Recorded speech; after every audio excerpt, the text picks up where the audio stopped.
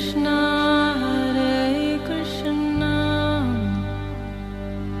Krishna Krishna Hare Hare Hare Rama Rama Rama Hare Hare। Radio Manav Rachna 107.8 FM सुन रहे हैं आप। मैं हूं शादाब, आपके साथ कार्यक्रम आत्मदर्शन में। और आज हमारे बहुत सारे सवालों का जवाब देने के लिए स्टूडियो में मौजूद हैं राग लेखा दासी जी, चरण आश्रित योगाचार्य श्री श्री मद भक्ति वेदांत नारायण गोस्वामी महाराज जी की शिष्या। राग लेखा दासी जी, आपका बहुत बहुत स्वागत है कार्यक्रम आत्मदर्शन में। हरे कृष्ण।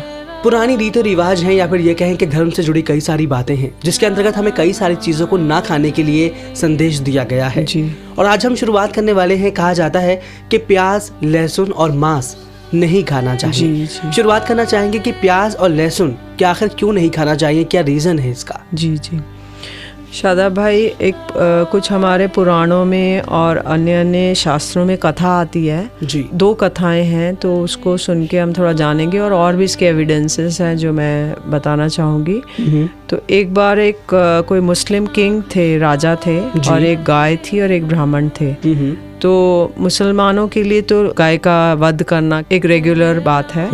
तो उन्होंने, ये जो राजा था ये क्या करता था कि गाय को मार के एक ब्राह्मण को बुलाता था जी। और ब्राह्मण आके प्रेयर्स करता था कि भाई इस लाइफ में तो इन लोगों ने तुमको मारा है, अगले लाइफ में तुमको चांस मिलेगा इनको मारने का। क्योंकि ये शास्त्र का नियम है कि अगर for every action there is equal and opposite reaction, एक साइंटिफिक रूल है।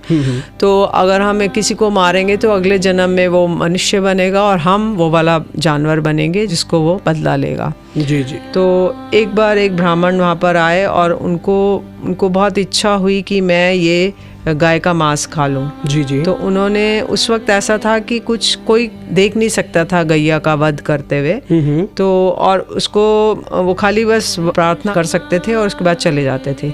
लेकिन ये वाला जो ब्राह्मण था एक कोने में छुप गया और उसने सारा कत्ल करते हुए देखा। जी। तो अब जो उसके बाद उनके बाद उनको जो मांस दे दिया गया, तो ये जो ब्राह्मण है उसने एक गाय का एक जो एड़ी होती है, हाँ जी, एड़ी और एंकल होता है ना, एंकल, जी, एंकल उसको मिल गया और उसने वो छुपा दिया। उसने सोचा बाद में मैं इसको लेके खा लूंगा, इसको पका के। जी।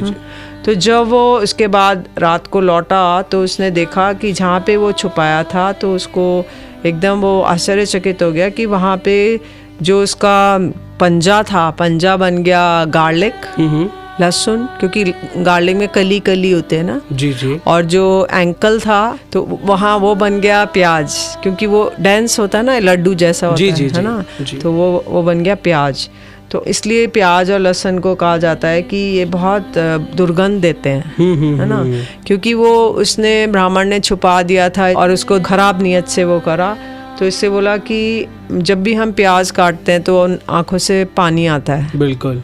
तो बोलते हैं ये इसलिए आता है पानी क्योंकि वो गाय रो रही है कि इस कलयुग में मुझे ब्राह्मण लोग भी खाना चाहते हैं। इसलिए वो रोने की वजह से हमें उस अनियन में से वो आंसू आते हैं।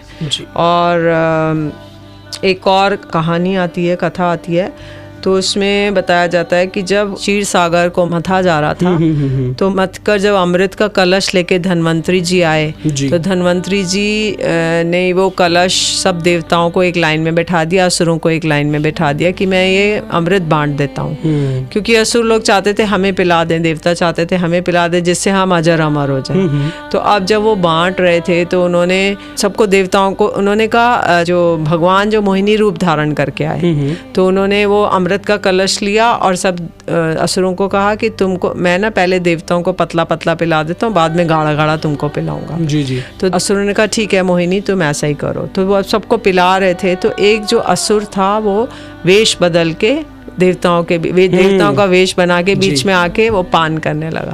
तो जैसे उसने पान किया, सूर्य और चंद्रमा के बीच में वो बैठा था, तो जैसे उसने पान किया, सूर्य चंद्रमा ने कहा मोहिनी तुम ये क्या कर रही हो, तो असुर है। हाँ। तो जैसे उसने कहा तो मोहिनी ने अपना चक्र बुलाया और चक्र से उसका गला काट दिया। तो गला काटने से जो उसकी बूंदें मिली, रक्त की बूंदें गिरी, वो बन गई मसूर की दाल।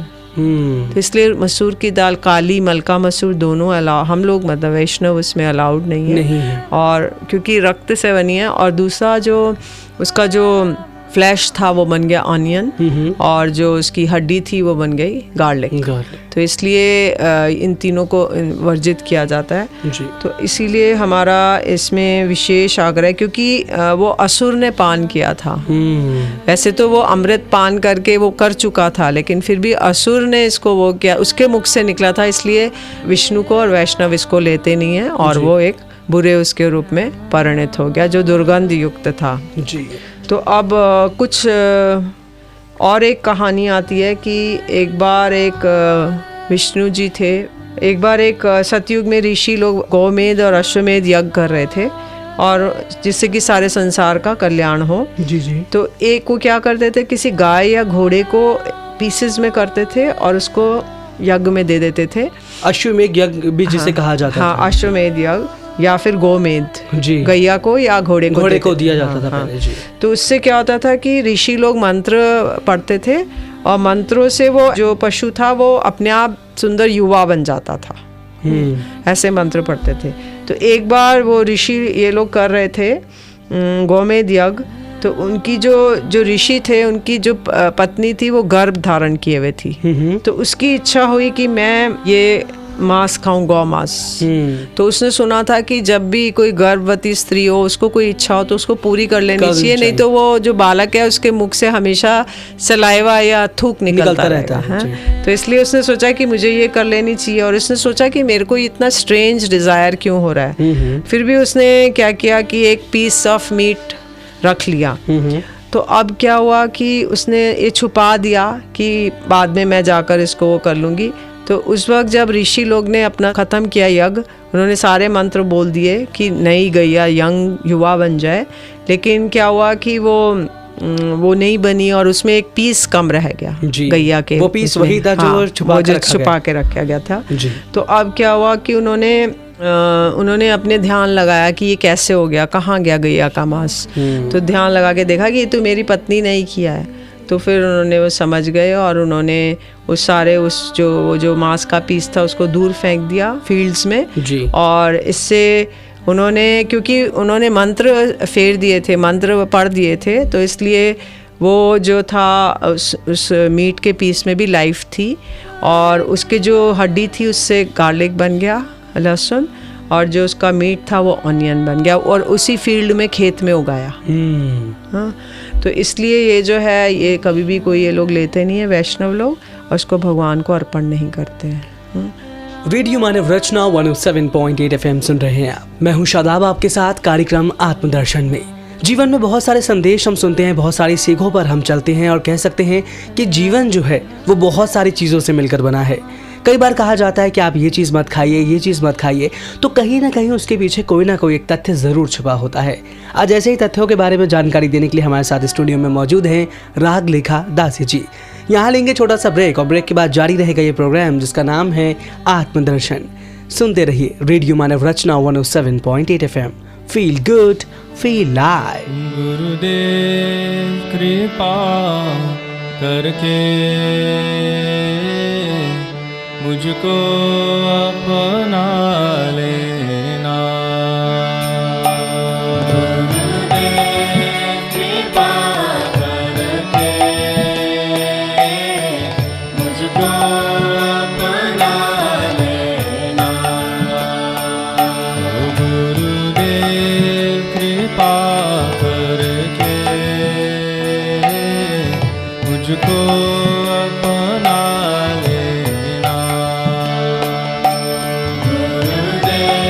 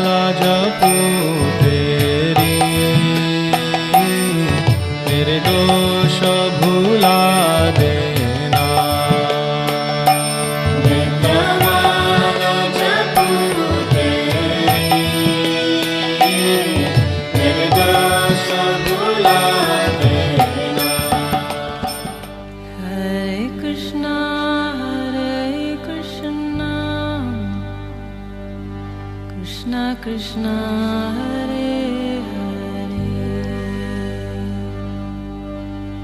Hare Hare Rama Rama Rama Hare Hare। Radio Manav Rachna 107.8 FM सुन रहे हैं आप। मैं हूं शादाब, आपके साथ कार्यक्रम आत्मदर्शन में। और आज हम बात कर रहे हैं प्याज और लहसुन आखिर वैष्णव धर्म में क्यों नहीं खाया जाता है, आखिर क्यों मना किया जाता है कि इस दोनों चीज़ों का सेवन नहीं करना है या फिर मांस का सेवन नहीं करना है। इसी विषय पर ढेर सारी जानकारी देने के लिए हमारे साथ आज स्टूडियो में मौजूद हैं रागलेखा दासी जी। रागलेखा दासी जी, आपका एक बार फिर से बहुत बहुत स्वागत है कार्यक्रम आत्मदर्शन में। हरे कृष्ण। ब्रेक पे जाने से पहले हम बात कर चुके हैं कि प्याज और लहसुन तो हमें पता चल गया कि क्यों नहीं खाना चाहिए, लेकिन अगर हम मांस की बात करें तो हम चाहेंगे कि इसके ऊपर भी थोड़ा प्रकाश डालिए। जी, पहले तो शादाब भाई मैं एक दो एविडेंसेस देना चाहती हूँ कि प्याज लहसुन को कहाँ पे मना किया गया है, जो स्क्रिप्चरल एविडेंसेस। हाँ जी। तो उसमें गरुड़ पुराण में बताया गया है कि यदि कोई प्याज लहसुन कोई व्यक्ति खाता है तो वो बड़ा पापमय है और उसको चंद्रायण व्रत करना चाहिए। चंद्रायण मीन्स कि जैसे जैसे चंद्र की कलाएं बढ़ती हैं तो उतने उतने ग्रास खाना, जैसे अमावस्या पे कुछ नहीं लेना, फिर जब प्रतिपदा फर्स्ट डे 1 ग्रास खाना, second day 2 grass, third day 3 grass, 4, 5, 6 ऐसे करके 15, पूर्णिमा के दिन 15 ग्रास, फिर पूर्णिमा जब घटेगी तो फिर 14, 13, 12, 11 ऐसे करके अमावस्या पे 0। तो ये इसको कहते हैं चंद्रायण व्रत। हाँ, तो बोलते हैं यदि कोई ऐसा खाता है तो उसको चंद्रायण व्रत करना चाहिए। गरुड़ पुराण में बोला गया है, चैप्टर 1 का 96 श्लोक है जी। तो और बताया कि स्कंद पुराण में बताया कि जो प्याज है और जो गैया का दूध है, जो कि जैसे उसने ब्याई गई है गैया और उसका बछड़ा पैदा हुआ है, तो 10 दिन पहले जो दूध है वो नहीं लेना चाहिए। अच्छा। पहले जो 10 दिन का, बाद में उसके बाद वो प्योरीफाई होता है, वो सिर्फ बछड़े के लिए होता है। तो वो अगर हम दूध लें, और या फिर कोई ऐसे ग्रेन्स जो कि जहाँ पे मल हो वहाँ पे ग्रो किए गए हैं तो कहते हैं, या फिर कोई मशरूम्स लें तो कहते हैं ये सब हमें अवॉइड करने चाहिए। तो ये स्कंद पुराण चैप्टर 40 का 9 श्लोक, तो ये पूरा ये बताया गया है इसमें। और इसके बाद एक बताया गया है कि शिव पुराण में बताया गया है कि जो हाउस होल्डर है वो उसे मसूर की दाल और ये सब नहीं लेना चाहिए, और बासी खाना, मतलब जो अपवित्र बहुत देर रखा हुआ बासी अपवित्र हो गया, झूठा है, तामसिक है, तो उसको खाने से हमारी बुद्धि विकार हो जाती है। और बताया गया है, पद्म पुराण में भी बताया गया है कि ये वर्जित किया गया है। मनु संहिता में भी बताया गया है कि जो लहसुन की कलियां हैं और ऑनियन है और मशरूम्स है, ये सब इम्प्योर हैं और इसको ये अनफिट हैं, जो कि जो ट्वाइस बॉर्न, मतलब जो ब्राह्मण का दीक्षा ले चुके हैं या फिर जो ब्राह्मण का इस तरह से आचरण कर रहे हैं, वैष्णव हैं, फ्यूचर में बनना चाहते हैं या जो साधन भजन कर रहे हैं, प्रैक्टिस कर रहे हैं, साधन कर रहे हैं, तो उन लोगों के लिए ये सब वर्जित है जी। अब हम आपसे जानना चाहेंगे कि जो मांस के बारे में हम बात कर रहे थे, हमें उसके बारे में थोड़ा बताइए कि आखिर मांस खाने के लिए भी क्यों मना किया जाता है।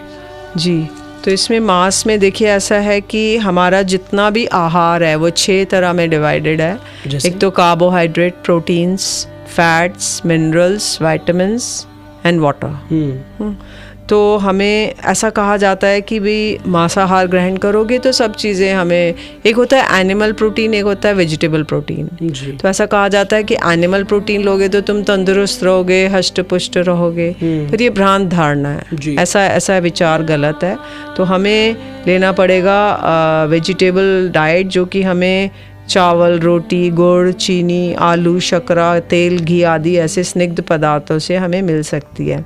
और दाल जो है और सोयाबीन है, तो इन सब से, और राजमा, चना, इन सब से हमें वेजिटेबल प्रोटीन्स मिल सकता है। और दूध से, पनीर से, दही से, ये सब हमारे लिए काफ़ी उपयोगी हैं। फिर जैसे अगर बोलते हैं कि अगर कोई मछली, मांस, अंडे खाता है तो इसकी अपेक्षा हमें सब्जी, फल, दूध आदि ग्रहण करना चाहिए, क्योंकि शरीर को विकास करने के लिए, शरीर की ग्रोथ के लिए मोस्ट इम्पॉर्टेंट है। तो अब बताते हैं कि जैसे मान लीजिए एक सिंह है या बाघ है या वो भालू है, तो ये लोग क्या करते हैं कि किसी भी वेजिटेरियन पशु को मार के खाते हैं। तो अगर वो जब इतनी शक्ति उनके अंदर कैसे आई, तो वो जो एक घास खाने वाला है उस जानवर को खा के उनके अंदर कैसे शक्ति आ जाएगी। बिल्कुल। तो इसलिए वो लोग उनको खा लेते हैं और इतना एनर्जी उनके अंदर आ जाती है। तो बोलते हैं शक्ति का जो सोर्स है वो है सूर्य। तो सूर्य की रश्मि से वो सारी शक्ति संचरित होती है। तो इसलिए अगर हम मांसाहार लेते हैं, नॉन वेजिटेरियन डाइट लेते हैं, तो हमारा मन चंचल हो जाता है जी। और हमारे अंदर काम क्रोध का वेग बहुत प्रबल हो जाएगा। तो मन अनस्टेबल रहेगा, रेस्टलेस रहेगा, क्या करें क्या करें, काम क्रोध आएगा कि हम कामनाएं बढ़ जाएंगी, क्रोध आएगा और फिर क्या होगा, हमारा एक हिंसक वो वायलेंस का नेचर हो जाएगा, वायलेंट हो जाएगा वो, और कुछ रोग भी लग जाएंगे क्योंकि डिजीजेस आ जाएंगे ना, क्योंकि man is a herbivores animal. जो मनुष्य है वो एक शाकाहारी प्राणी है। तो उसका जो रचना है डाइजेस्टिव सिस्टम की, वो शाकाहार को डाइजेस्ट करने के लिए बनी है, मांसाहार को करने के लिए नहीं बनी है। तो किंतु हम मांसाहार खाते हैं तो सिस्टम पे लोड पड़ता है। तो उसको कॉम्बैट करने के लिए जब भी जो कोई व्यक्ति इसको लेता है, अगले दिन उसको बदहजमी और मॉर्निंग में उसको डाइजेस्टिव प्रॉब्लम्स आ जाएंगी, तो रोग आ जाएंगे। इसलिए हम ये ग्रहण करने से, और जैसे कि एक शरीर में कुछ टॉक्सिन्स इकट्ठे हो जाएंगे। टॉक्सिन्स एक प्रकार के विष हैं जो कि अनडिजायरेबल है, नॉट रिक्वायर्ड। तो ये इकट्ठे हो जाएंगे और ब्लड में कोलेस्ट्रॉल लेवल बढ़ जाएगा। कोलेस्ट्रॉल टॉक्सिन्स की तरह इकट्ठा होता रहता है ब्लड वेसल्स पे, और धीरे धीरे ये पूरी ब्लड वेसल्स को ब्लॉक कर देता है और इससे हार्ट अटैक हो जाता है जी। तो इसलिए, और जोड़ों की बीमारी हो जाती है जो लोग मांसाहार खाते हैं, बदहजमी हो जाती है और उल्टी और ये सब, chicken pox, small pox, malaria आदि, ये बहुत इजीली वो लोग प्रे हो जाते हैं इसके लिए। और बताया कि यदि कोई स्पिरिचुअल वो लेना, लाइफ लीड करना चाहता है, तो उसके लिए शाकाहारी बड़ा इम्पॉर्टेंट है, क्योंकि शाकाहार लेने से एक सात्विक प्रवृत्ति आती है और हम मेडिटेशन में हमको हेल्प होती है। तो क्योंकि हम भगवान के बारे में मेडिटेट करना चाहते हैं, तो अगर हम मांसाहार खाएंगे तो माइंड ब्लर्ड हो जाएगा, ब्लॉक्ड हो जाएगा। तो उसके द्वारा हम अच्छी कॉन्शियसनेस में नहीं रह सकते। और इसलिए, क्योंकि शाकाहार के मूल उसमें अहिंसा है, क्योंकि हिंसा नहीं कर रहे हैं, तो इसलिए बड़ा इम्पॉर्टेंट है। और इसको, क्योंकि सभी जीवों में भगवान का अधिष्ठान जानना चाहिए कि भगवान इसमें परमात्मा रूप में है, तो हमारे को कोई अधिकार नहीं है कि हम उसको मारें केवल अपनी जीवा के स्वाद के लिए। तो इसलिए हम ऐसा नहीं कर सकते। तो जितने ऋषि मुनि थे वो लोग सब शाक, फल, दूध आदि ग्रहण करते थे और इसी पे जीवित रहते थे। रामचंद्र जी, कृष्ण जी, ईसा मसीह, बुद्ध, चैतन्य महाप्रभु, ये सब शाकाहारी थे और ये लोग, इनके अनुयायी भी सब शाकाहारी हैं। तो भारत में ये बड़ा प्रचलित है और कहते हैं अगर हम शाकाहार लेंगे तो बड़ी दीर्घायु हो जाती है और बड़े शक्तिशाली रहते हैं। तो जो जितने फेमस कुछ साइंटिस्ट हैं और डॉक्टर्स हैं, Plato, Pythagoras, Newton, Tolstoy, Bernard Shaw, Darwin, ये सब शाकाहारी थे। और यूनेस्को वर्ल्ड हेल्थ ऑर्गेनाइजेशन ने बताया कि विश्व में भूख से जितने लोग मरते हैं उससे ज़्यादा मरते हैं खाना खाने से, मांसाहार खाना खाने से। तो मांसाहार खाने से लोगों में इम्पोटेंसी आ जाती है, बहुत ज़्यादा कामुक हो जाते हैं और स्थूल बुद्धि हो जाती है, उनका बहुत ज़्यादा प्राउड हो जाते हैं और विवेकहीन हो जाते हैं। इसलिए सूत संहिता में कहा गया है कि अभक्ष्य का भक्षण करने से मन कलुषित हो जाता है और अभक्ष्य भोजी स्वाभाविक ही अनाचारी, आत्मनियंत्रण विहीन पशुवत हो जाता है। तो जो चीज़ हम नहीं खाएंगे तो वो पशु खाता है, क्योंकि शेर जाके जंगल में शिकार करता है, तो हम पशु जैसे हमारी बुद्धि हो जाएगी। तो उस चीज़ से हमें बचना चाहिए। और ये भी बताया कि सत्वगुण, जो शाकाहार है वो उससे सत्वगुण बढ़ता जाएगा और इसलिए हमें अपने स्वार्थ की सिद्धि करने, केवल अपनी जीवा लालसा को संतुष्ट करने के लिए किसी को भी असुविधा में नहीं डालना चाहिए, क्योंकि ये वैष्णवों के लिए निषिद्ध है। कोई भी व्यक्ति इस चीज़ का करने का अधिकार नहीं है और जीवा के लिए केवल ये करना और भी ज़्यादा अत्याचार है। तो कुछ इसके हमारे स्क्रिप्चर्स में एविडेंसेस हैं, जैसे मनु संहिता में बताया गया है कि स्लॉटर ऑफ एनिमल्स नहीं करना चाहिए, और भागवत पुराण में भी बताया गया 11:5-14, मनु संहिता का 5:51-52, ऋग्वेदा का 10:87-16। तो ये सब स्क्रिप्चरल एविडेंसेस हैं कि यदि हम ऐसा खाएंगे तो हमारा भी वो व्यक्ति अगले जन्म में वो बनकर और हमारे से बदला लेगा। और एक और बताया, महाभारत में बताया गया है, महाभारत में 2 जगह बताया गया है कि यदि कोई व्यक्ति उसको काटता है, पशु को, स्लॉटर करता है, कोई उसको लाके उसको प्रोसेस कर रहा है, कोई उसको मार्केटिंग कर रहा है, कोई उसको सेलिंग कर रहा है, और जो खा रहा है और जो उसके लिए बना रहा है, सबको पाप लगेगा। बिल्कुल। और सबको जाना पड़ेगा नरक, और नरक में जाके उसके पाप की सजा भुगतनी पड़ेगी। ये नहीं, और मान लीजिए कोई बेल्ट बना रहा है, लेदर बेल्ट, तो लेदर बेल्ट बनेगी गाय की उससे, त्वचा से, गाय भैंस बैल शूज। हाँ, तो ये अगर हम पहन रहे तो भी हम उस पाप के भागी। बिल्कुल। कई बार कई मंदिरों में बैन होता है, जैसे आप बेल्ट की नहीं जा सकते, बाहर खोल के लेकर नहीं जा सकते अगर आपका लेदर से वो बना। तो इसलिए ये, क्योंकि ये देखिए, एक हमारे लेदर इस्तेमाल करने से कितनी सारी गायों का कत्ल हो रहा है। बिल्कुल। हाँ, तो कितना दर्दनाक है। क्या हम और कोई चीज से गुजारा नहीं कर सकते? केवल हमें वही चीज लेनी है। हाँ? तो हम कोई और चीज ले लें जिससे कि कम से कम उनका वध होने से रुक जाए। और बड़ा दर्दनाक प्रोसेस से उनके ऊपर गर्म पानी डाला जाता है, उनको उल्टा लटकाया जाता है, उनकी स्किन खींची जाती है। और वो जो फियर और पेन होता है, जो एनिमल स्लॉटर होता है, जब उसको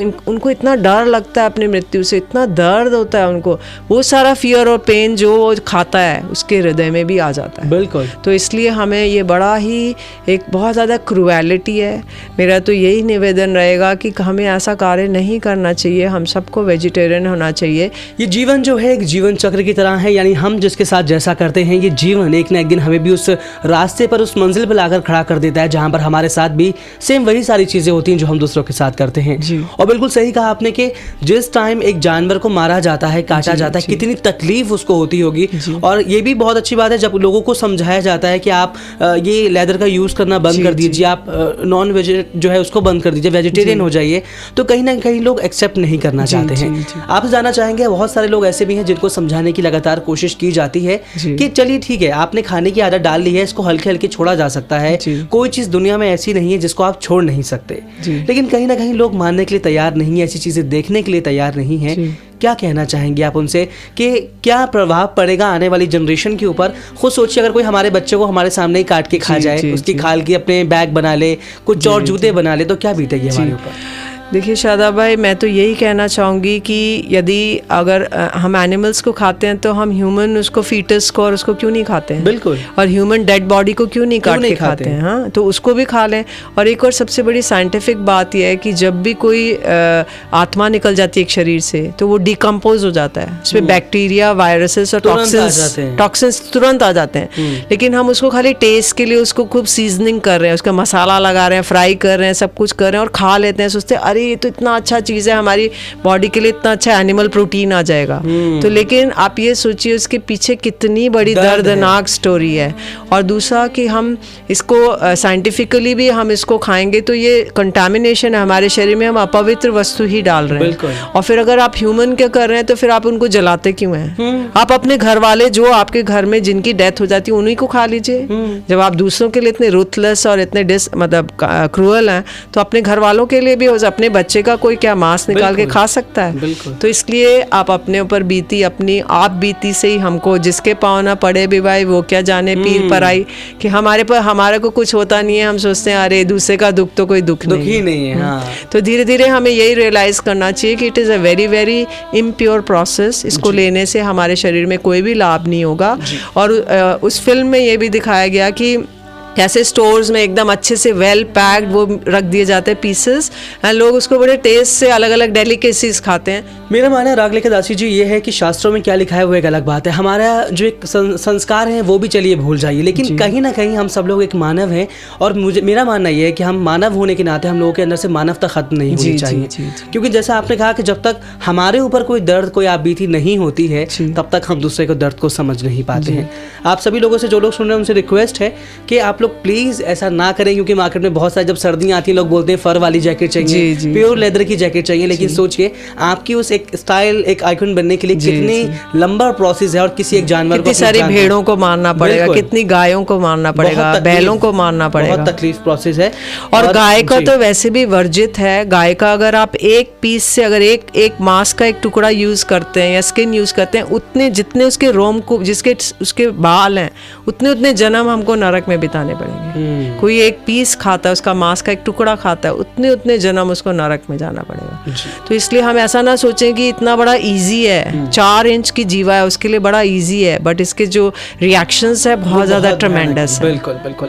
रागलेखा दासी जी, मैं आपका तहे दिल से शुक्रिया अदा करना चाहूँगा कि आज, और इस बात के लिए भी अलग शुक्रिया अदा करना चाहूँगा क्योंकि बहुत सारे लोगों को जब बताया जाता है कि प्याज, लहसुन या मांस नहीं खाना है तो वो हंसी में उड़ा देते हैं। जी, जी। लेकिन मुझे लगता है कि ये प्रोग्राम सुनने के बाद ज़रूर, अगर 10 बार नहीं तो एक बार तो ज़रूर सोचेंगे कोई भी चीज़ खाने से पहले कि आखिर हम ये जो खाते हैं इससे हमारा जो जीवन है वो किस तरह से हमें नर्क की ओर ले जा रहा है। एक बात और अच्छा था भाई, मैं कहना चाहूंगी कि लोग सोचते हैं सोसाइटी में हम कैसे जाएंगे, कि सोशल स्ट्रक्चर हमारा बिगड़ जाए, हम कोई पार्टी में नहीं जा सकते, कहीं नहीं, हम क्या अलग जैन बन के हो जाए, जैन फूड खाना शुरू कर दें।